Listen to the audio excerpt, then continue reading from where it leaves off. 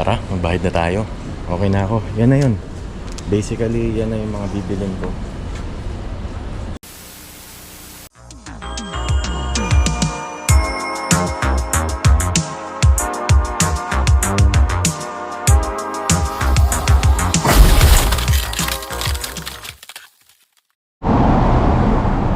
Ayun, so ikot na tayo dito sa Japan kasi ilang oras lang tayo magsistay dito, tas diretso na tayo sa Korea. So for lunch, kain tayo sa Hamazushi. Conveyor belt sushi siya dito. So tingnan natin. Hamazushi is a popular Japanese chain of sushi restaurants with more than 500 outlets across Japan. So this is their version of the fast food ng sushi if you want it fast, quick, and delicious. Hamazushi food is served conveyor belt style with a wide array of choices to choose from. Of course, if you want to get the best tasting sushi, omakase restaurants is the way to go. The only roadblock is you have to wait for your number to be called. So, patience is a virtue.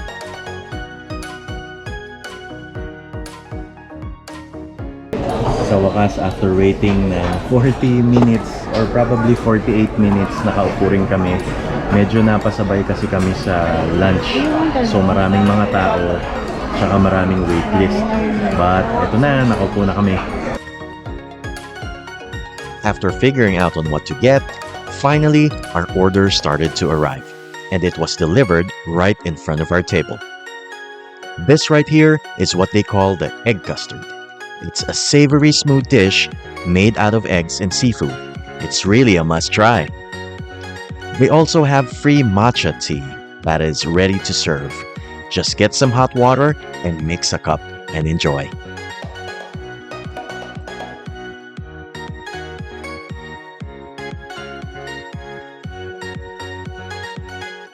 Their matcha is powder-based, so you have to put the amount of powder desired and mix it up.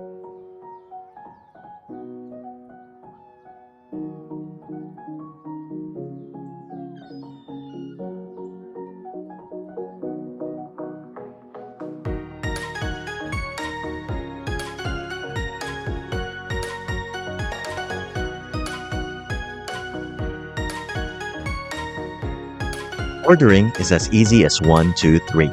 All you need to do is to input everything on the tablet and it will be delivered to you right away.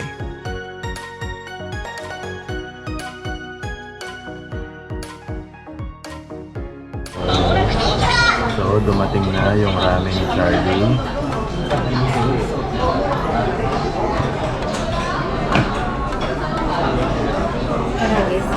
Ramen. Ayan.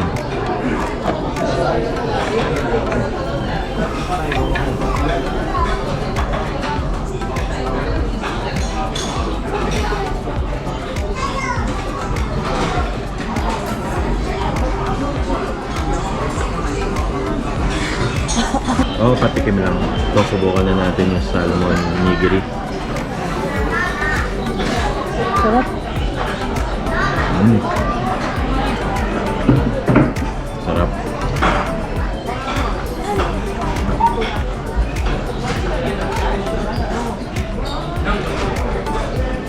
Then, kumuha rin akong tuna.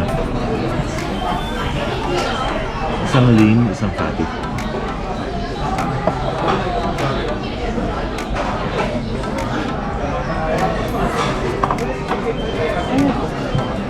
Soy sauce.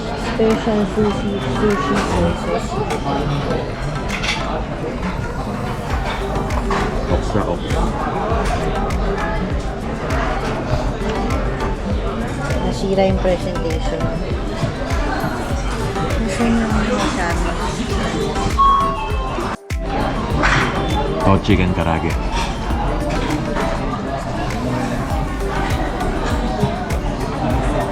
Sarap.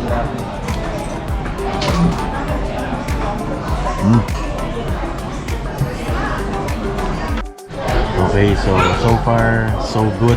Sarap na yung kinakain namin. Medyo marami na nga rin kami nakain. Order pa kami ng french fries, tapos meron pa kami mga custard. Ayan. So, this is a This is a must try. Punta kayo ng Hama Sushi.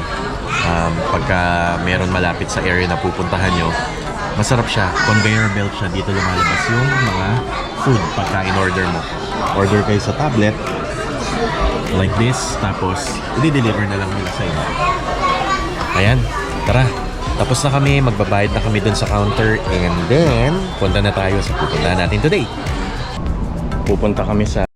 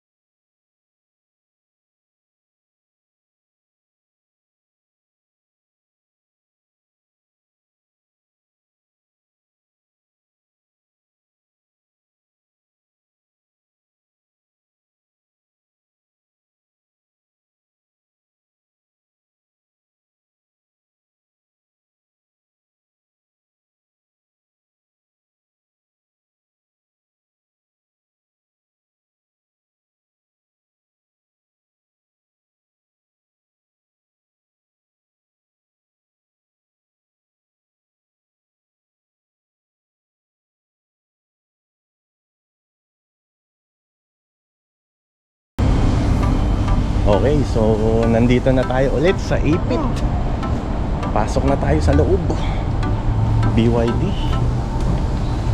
Meron dito sa labas mga goods. Pero pasok muna tayo sa loob kasi wala tayo masyadong time. Kunin na natin yung mga kailangan natin. Put your boot. Boot.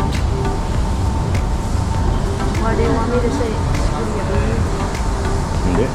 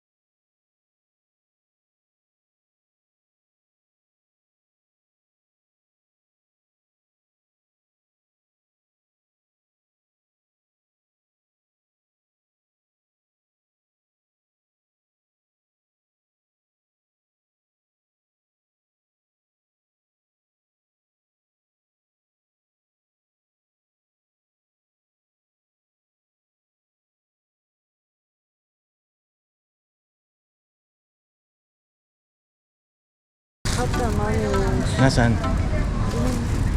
Doon sa kabila? O, teka, tingnan natin.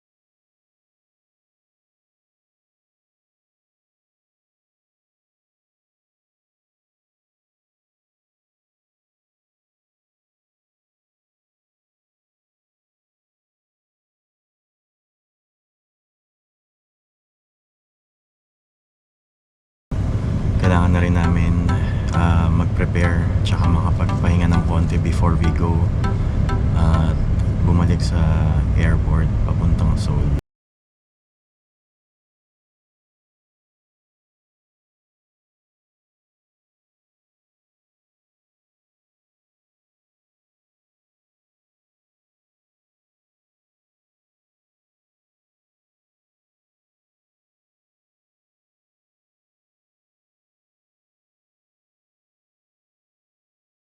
No rest is given as we need to pack and head our way back to the airport to catch our flight going to Seoul, South Korea.